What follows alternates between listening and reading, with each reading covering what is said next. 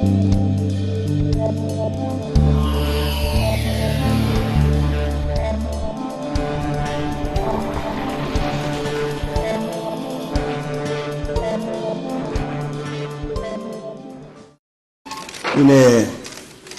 μεγάλη χαρά μου να καλωσορίζω στην Αθήνα εκλεκτούς καλεσμένους σε μια ανοιχτή συζήτηση για το οικονομικό και το κοινωνικό πρότυπο της Ευρώπης. Μια συζήτηση που αξιοποιεί τις εμπειρίες μας και βοηθά να μαθαίνουμε ο ένας από τον άλλο.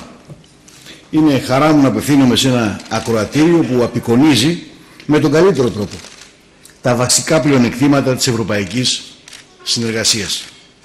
Την ένωση μέσα από τη διαφορετικότητα, τη σύνθεση μέσα από την ανταλλαγή απόψεων, τη συμπόρευση με βάση κοινά οράματα. Κάθε χώρα ορίζει το δικό της μεταρρυθμιστικό βηματισμό. Πιστεύουμε στο ευρωπαϊκό όραμα και εργαζόμαστε γι' αυτό. Οι Ευρωπαίοι πολίτες, παρότι συχνά εκφράζουν επιμέρους επιφυλάξεις, αναγνωρίζουν τα ωφέλη της κοινής ευρωπαϊκής πορείας. The issue at stake is not which model we prefer, but rather how efficient that model might be for delivering growth, jobs, and equality of opportunity to our citizens, taking into account the new challenges that we are facing.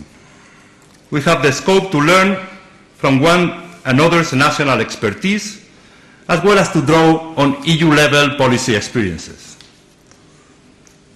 This conference, organized by the Minister of Finance, is a good example of such an exchange in practice. The biggest threat to our models will be our own inability to reform. I think it's important to state that I have not come to Athens to teach George Algoskoufi's economics. And I have not come here to preach that the Swedish model is something that is the perfect model that every other country should try to copy. As we see it, clear that it is possible to go in the direction of full employment.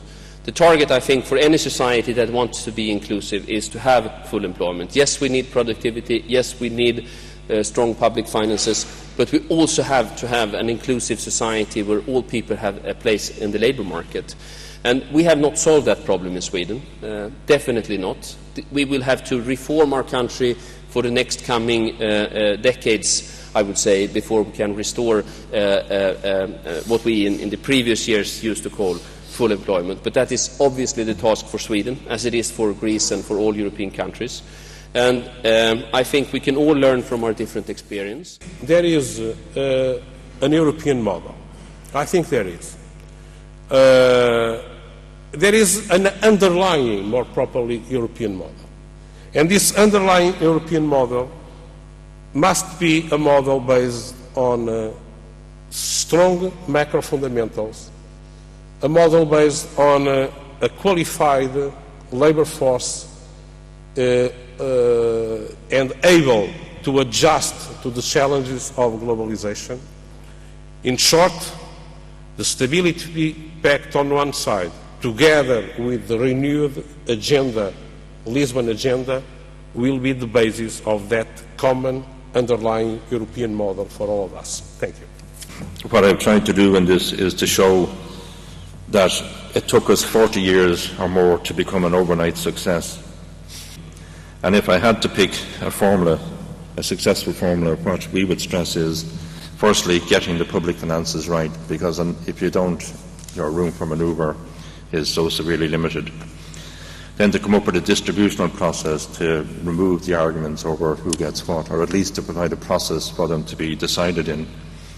The third one is to maintain a pro-business environment, flexibility, openness, tax, balanced regulation.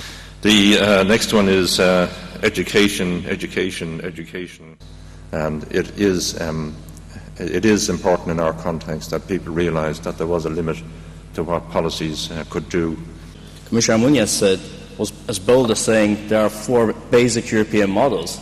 Well, I tend to slightly disagree. In principle, I think we have 27 different models, because every country, although has some basic foundations and principles which are similar, definitely we all have our own particularities in terms of our culture, in terms of our history, in terms of how economy itself has developed. And therefore, I tried, rather than trying to describe the European model, I just tried to look at the conclusion as saying, what are the basic foundations which make a European model?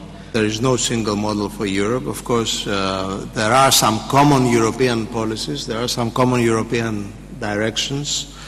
We have a common understanding and a common undertaking to go for example, zero deficits and have fiscal consolidation in all our countries. But on the mix and the quality of public expenditure, and on the mix and the quality of the tax system, which is something that we discussed at the ECOFIN as well, there are different approaches.